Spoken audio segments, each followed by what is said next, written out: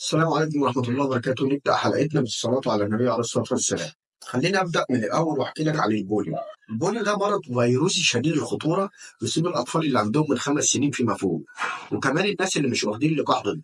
وده بيسبب فيروس منتهى الصغر قطره حوالي 30 نانومتر، وبغض النظر عن حجمه ببساطة تركيبه اللي بيبقى عبارة عن حمض نووي ريبوزي أو RNA وغلاف بروتيني ب 20 وجه. بس لك أن تتخيل إن ذرة زي دي هتملى العالم رعب بسبب هجومها على الجهاز العصبي المركزي. بيدخل الفيروس جوه وبيتضاعف في الخلايا العصبيه الحركيه اللي هو الحبل الشوكي، والتضاعف ده هو اللي بيعمل تدمير انتقال للخلايا العصبيه الحركيه، وده بيسبب شلل مؤقت واحيانا دائم. الاعراض مش دايما بتبان على اغلب الاصابات، بس اللي بتبان في الاصابات الاخف بتشبه اعراض الانفلونزا السخونيه وصداع والم في العضلات والتهاب في الحلق والم في المعده مع فقدان شهيه ودوخه واحيانا قيء.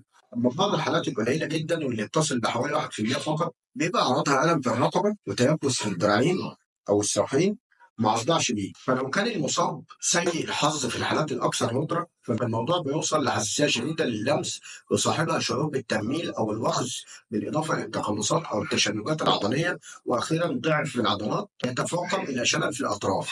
كده انت عرفت المرض.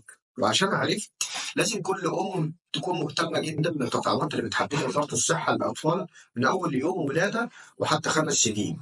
انا عارف انك اخدت اللي انا قلته ده وهتعديه من الناحيه التانيه، فعلشان كده لازم احكي لك عن حاله اتصابت بالمرض ده، ولازم تعرف المعاناه اللي شافها هو واهله لحد لما مات.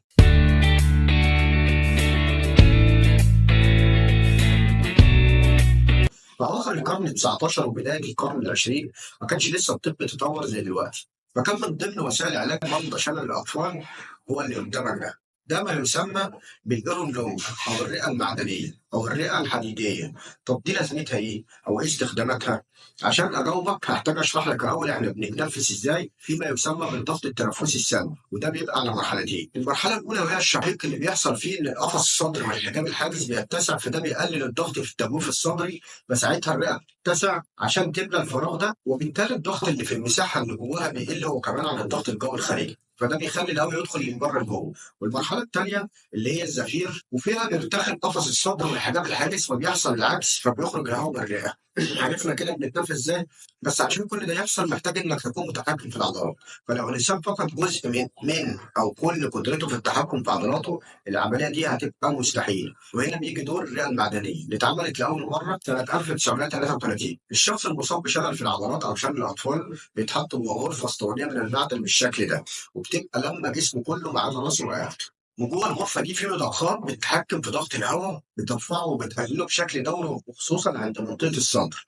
فلما بتقلل الضغط حوالين الصدر ويبقى اقل من اللي جوه الرئه، الرئه بتتسع وبيندفع الهواء من بره للمجرى الهوائي فبيدخل الرئه وتفضل ممتلئه. ولما الضغط يعلى عن اللي جوه الرئه بيحصل العكس، يعني من الاخر الرئه الحديديه دي بتحاكي نفس عمليه التنفس الطبيعيه اللي جسمك بيعملها في العادي بس بشكل صناعي. شفت بقى احنا بنعمل ازاي؟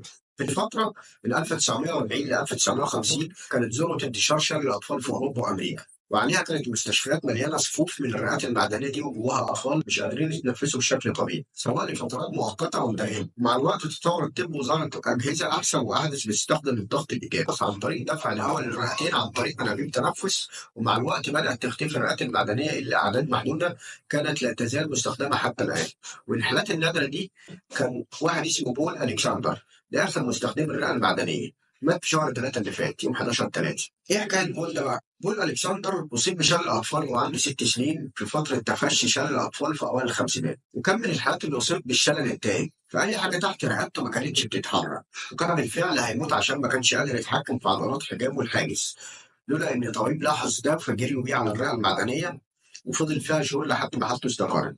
وقتها اهله اجروا عربيه عشان ينقلوا له البيت بالرئه المعدنيه دي. عرف اهل بول حالته وتقبلوا فكره ان ابنهم هيعيش كده باقي عمره، انت متخيل؟ ومع الوقت ومساعده الاطباء بدا بول بتعلم ما يطلق عليه التنفس اللساني البلعومي، وده تكنيك معين كده بيحتاج تدريبات في التنفس. ازاي بقى؟ التكنيك ده بيعتمد على ضخ دفعات من الهواء في الرئتين اكبر من اللي تقدر عليه عضلات التنفس الطبيعيه، عن طريق استخدام الشفتين واللسان والبلعوم فيما يشبه طريق تنفس الضفدع. وبما ان الرئتين بيبقوا واخدين هواء اكبر من الوتد، فالشخص اللي بيستخدم وسائل تنفس صناعيه بيقدر يتنفس لمده اطول بدون الحاجه لوسائل التنفس دي. وده اللي سمح لبول الكسندر ده اللي اتحرك بعيد عن السجن المعدني ده لوقت قليل ما عداش عن 6 ساعات حياة بولا كانت صعبة جدا لدرجة أنا وأنت ما نتخيلهاش. بس ده ما لقوش إن يدرس منازل زي الجماعة الفاشلة اللي عارفين نفسهم ويتخرج التاني على الفصل وهو عنده 21 سنة، وكان بيعتمد على الذاكرة في الحفظ بدل ما يكتب ملاحظات أو يذاكر بإيده.